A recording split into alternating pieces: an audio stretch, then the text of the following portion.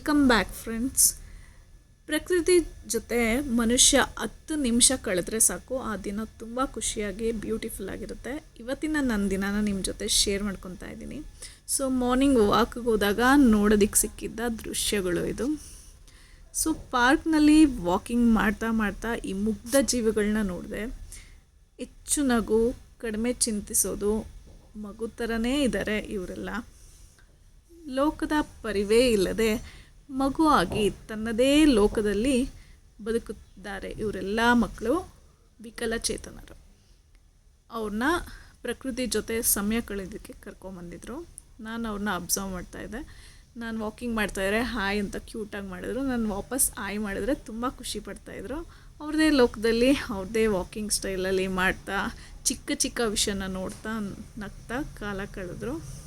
So ಇವ್ರನ್ನೆಲ್ಲ ನೋಡಿ ನನಗೆ ತುಂಬ ಖುಷಿ ಆಯಿತು. ನಾವೂ ಈ ಲೋಕದ ಚಿಂತೆ ಇಲ್ಲದೆ ಕೆಲವೊಂದು ಸಲ ಮಗು ಆಗಿ ಈ ಥರ ಕಾಲ ಕಳಿಬೇಕು ಅಂತ ಅನಿಸುತ್ತೆ. ಹಾಗೆ ವಾಕಿಂಗ್ ಮಾಡಿ ಒಂದು ಸ್ವಲ್ಪ ಹೊತ್ತು ಕೂತ್ಕೊಳ್ಳೋಣ ಅಂತ ಇಲ್ಲಿ ಕೂತ್ಕೊಂಡಿದ್ದೆ.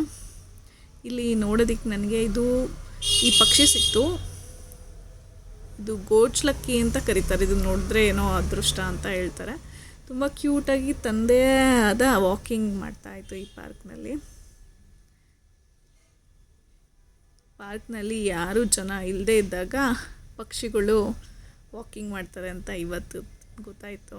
ಸ್ವಲ್ಪ ಲೇಟಾಗಿ ವಾಕಿಂಗ್ ಬಂದರೆ ಇದೆಲ್ಲ ನೋಡೋದಕ್ಕೆ ಸಿಗುತ್ತೆ. ಮನುಷ್ಯ ದಿನದಲ್ಲಿ ಒಂದು 10 ನಿಮಿಷ ಆದರೂ ತನ್ನಷ್ಟಕ್ಕೆ ತಾನೇ ಟೈಮ್ ಸ್ಪೆಂಡ್ ಮಾಡ್ತಾ ತನ್ನೊಟ್ಟಿಗೆ ಪರಿಸರದೊಟ್ಟಿಗೆ ಮಾತಾಡ್ತಾ ಕಳೆದ್ರೆ ಚೆಂದ ಅನಿಸುತ್ತೆ. ಎಲ್ಲರಿಗೂ ತುಂಬ ಆತುರದ ಬದುಕು, ಟೆನ್ಷನ್ ಬದುಕು. ಅದ್ರ ಮಧ್ಯೆ ಜಾಗ ಮಾಡಿಕೊಂಡು ಟೈಮ್ ಮಾಡಿಕೊಂಡು ನಿಮಗೋಸ್ಕರ ನಿಮ್ಮ ಜೊತೆನೇ 10 ನಿಮಿಷ ಕಳೀರಿ. ಹಾಗೆ ಇಲ್ಲೊಂದು ಬಿಲ್ಡಿಂಗ್ ಕನ್ಸ್ಟ್ರಕ್ಟ್ ಆಗ್ತಾಯಿತ್ತು.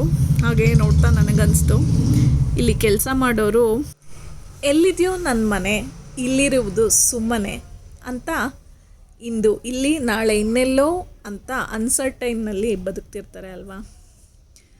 ಹಾಗೆ ನಾನು ವಾಕಿಂಗ್ ಮುಗಿಸ್ಕೊಂಡು ಗಿಡ ಮರ ಧ್ಯಾನ ಮುಗಿಸ್ಕೊಂಡು ವಾಪಸ್ ಆನ್ ದ ವೇ ಮನೆಗೆ ಬರ್ತಾ ದಾರಿಯಲ್ಲಿ ಎಲ್ಲರನ್ನೂ ಅಬ್ಸರ್ವ್ ಮಾಡ್ತಾ ಮನೆಗೆ ವಾಪಸ್ ಬಂದೆ. ನೀವು ನಿಮ್ಮ ವಾಕಿಂಗ್ನ ಮರ್ತಿದ್ರೆ ದಯವಿಟ್ಟು ವಾಕಿಂಗ್ ಹೋಗೋದನ್ನ ಮರಿಬೇಡಿ. ಮನೆಗೆ ಬರೋ ದಾರಿಲಿ ಚಿಕ್ಕ ಮಗು ಎಷ್ಟು ದೊಡ್ಡ ಭಾರನ ಎತ್ಕೊಂಡು ತನ್ನ ತಾಯಿಗೆ ಸಹಾಯ ಮಾಡ್ತಿದ್ದಾನೆ. ಇದಾಗಿತ್ತು ನನ್ನ ಮಾರ್ನಿಂಗ್ ರೂಟೀನ್, ಹಾಗೆ ಇವತ್ತಿನ ಚಿಕ್ಕ vlog. Thanks for watching. Subscribe ಮಾಡೋದನ್ನ ಮರಿಬೇಡಿ. Thank you.